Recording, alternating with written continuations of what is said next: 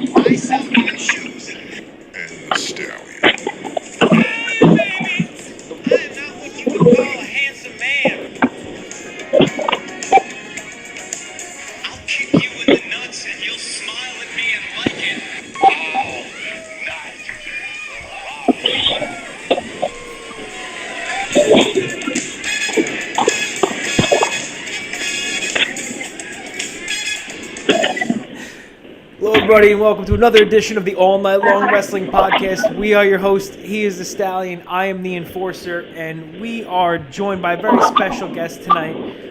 Like to everybody, welcome to the show, Selena de la Renta. Selena, thank you for joining the show tonight. Thank you guys for having me. First and foremost, before we get into everything, I know you're laid up right now, with an injury. So before we get into anything, I would like to talk about the GoFundMe you have and where people can find that and how people can donate. Well, that's easy. You can just go to any of my social media, and it should be within the first 3 posts. Okay, and what's the address on the Twitter and the Instagram?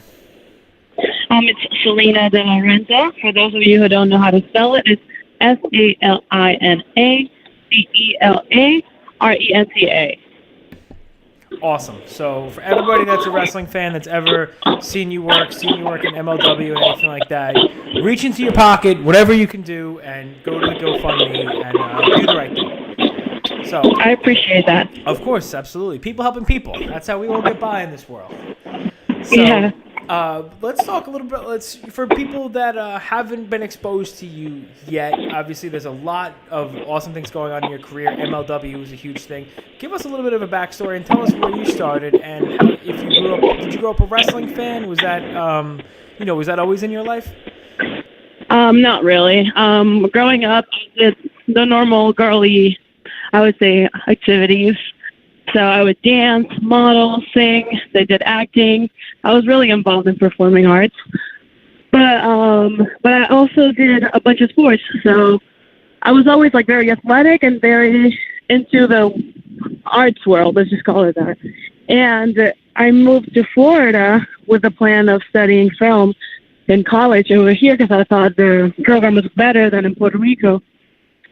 So when I moved here, I started as a film student, and they said that we had to do a little research on reality shows, and I found Total Divas.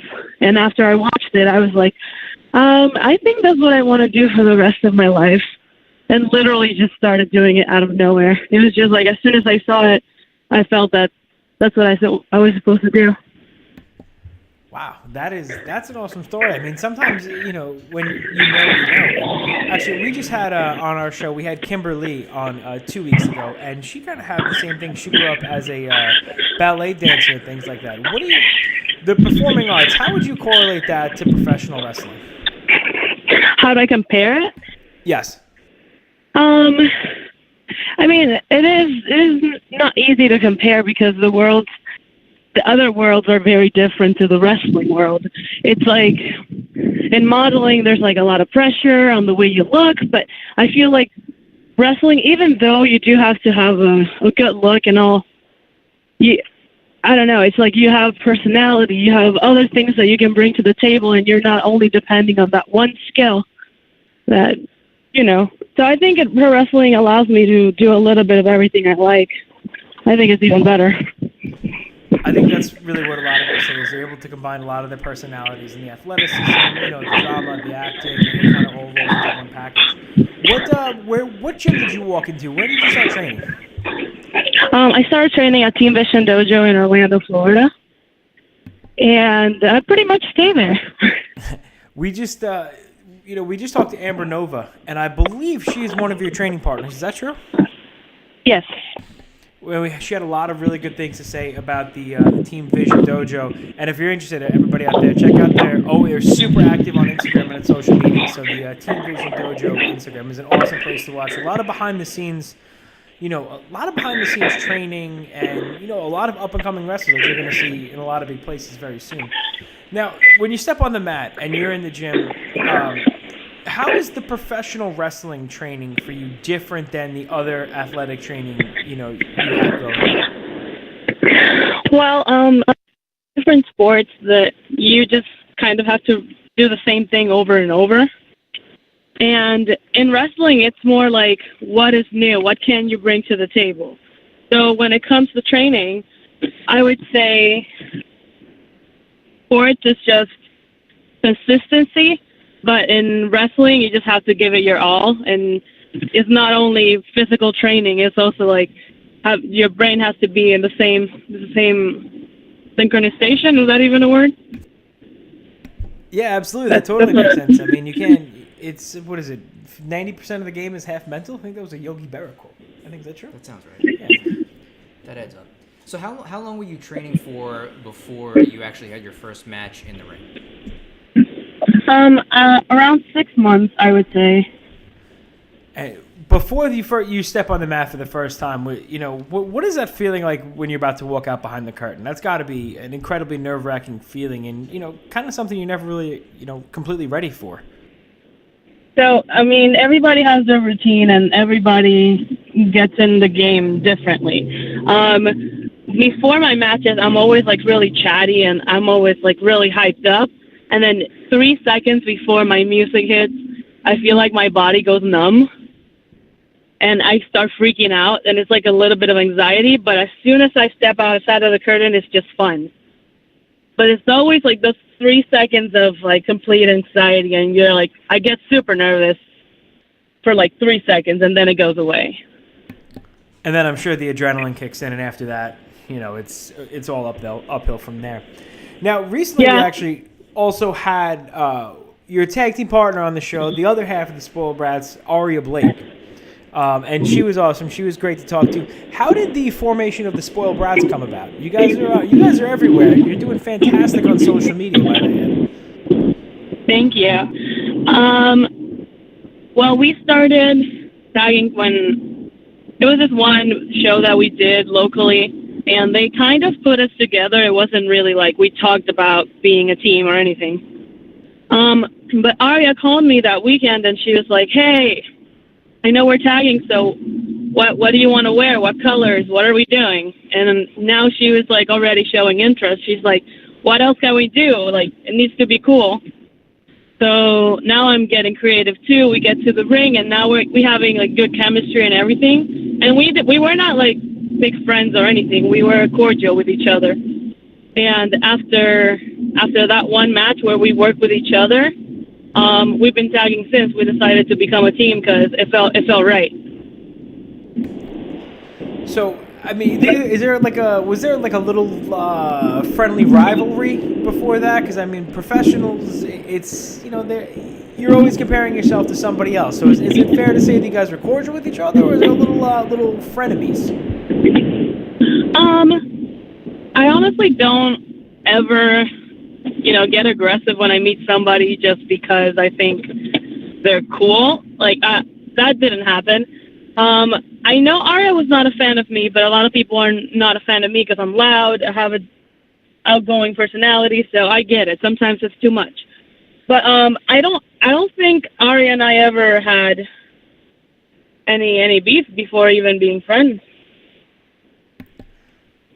Well, I guess that could just be the business too. A lot of people are, it's kind of a dog-eat-dog world, and if you're out there, if you're loud, and you're making yourself known, some people are intimidated by that. That's all. So I think, frankly, you should take it as a good thing. Well, it is what it is at the end of the day. Well, it seemed to work out because I believe it was maybe 2 weeks ago, Mike Johnson from PW Insiders said you were a rising star in the business. due to the MLW show. So, Mike, PW Insider is a highly respected publication. They've been around forever. When you saw that, what did that feel like? I got a little emotional. I'm not gonna lie. I kind of like internally screamed for a second. I was like, okay, that's me. Okay, I got that one line right there. I was like so proud of it. I wanted to show everybody. Now, that's something that everybody wants to hear, and for you to be recognized so young in the business, I think that it's kind of tells you what kind of path you're going to be on. Tell us about how the MLW promotion came about and how their TV show came about, and the good things they're doing in the business going forward. I don't want to say anything that I know that's going to happen forward because I don't know what I know that the people don't know. I'm not sure yet what we can or can't say, but what we're doing is pretty big, and it's honestly like the best experience that I've had in wrestling in my whole career. I mean, my career has been pretty short because I haven't been in the business for that long, but the time that I've been in has definitely been the most amazing experience working for MLW. And it all started when I met Mr. Saint Laurent. He is one of MLW's bookers.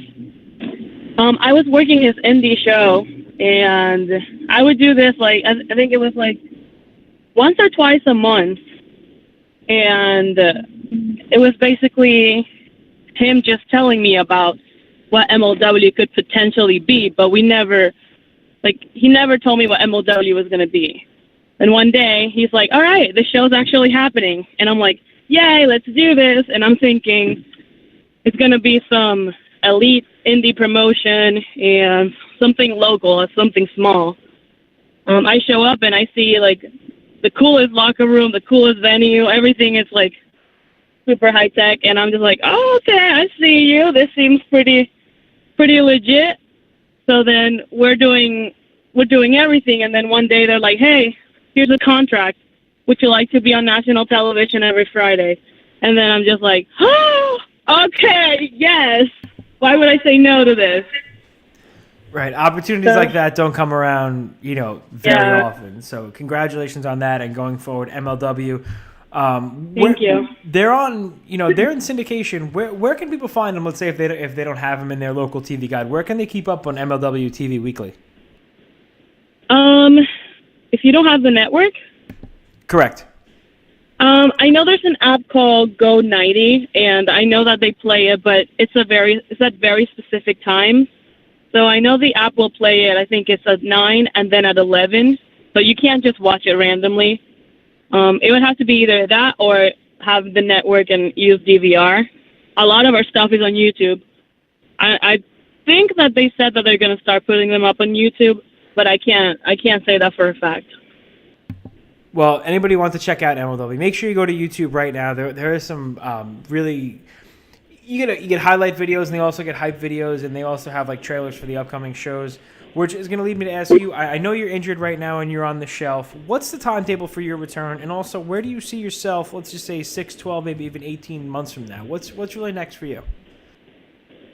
I don't really know how long until I'm back in the ring, because it's going to be 6 months after surgery, and I'm still collecting the money for surgery, so it'll be 6 months after whenever I raise enough money to get my surgery. And honestly, I think my future depends on my knee, honestly. I don't know, in a few months, it could just be, if my knee is fine, then I'm planning on wrestling all over, but if not, I'm planning on promoting and giving exposure to the matches that I can and working as a promoter. It sounds like, your short time in the business, you've kind of given yourself a lot of windows, and you enjoy more than just the in-ring product. Is that fair to say? Yes, definitely. I love everything about wrestling. It's not just getting in the ring and taking bumps. Sometimes it's nice to be in wrestling and not get hit on the neck. Yeah, absolutely. And I believe you bring in a lot of the Lucha Libre stars. Is that true? That is correct. That's awesome. So, listen, for people out there, make sure you're following on MLW. Make sure you're following Selena De La Renta on Twitter, on Instagram. There is always content on there. You are consistently in my story feed, so kudos to you. Always getting your name out there, always promoting. And please, everybody, make sure to go Selena De La Renta and GoFundMe. And if you'd like to see her back in the ring, reach into your pockets and do the right thing. We did it, the All Night Long Wrestling Podcast, and now we're putting it on you guys. Selena, we thank you so much for your time. I appreciate you stopping by the show, and we will talk to you soon. Talk to you soon. Thank you for having me again. Take care. Bye. Take care.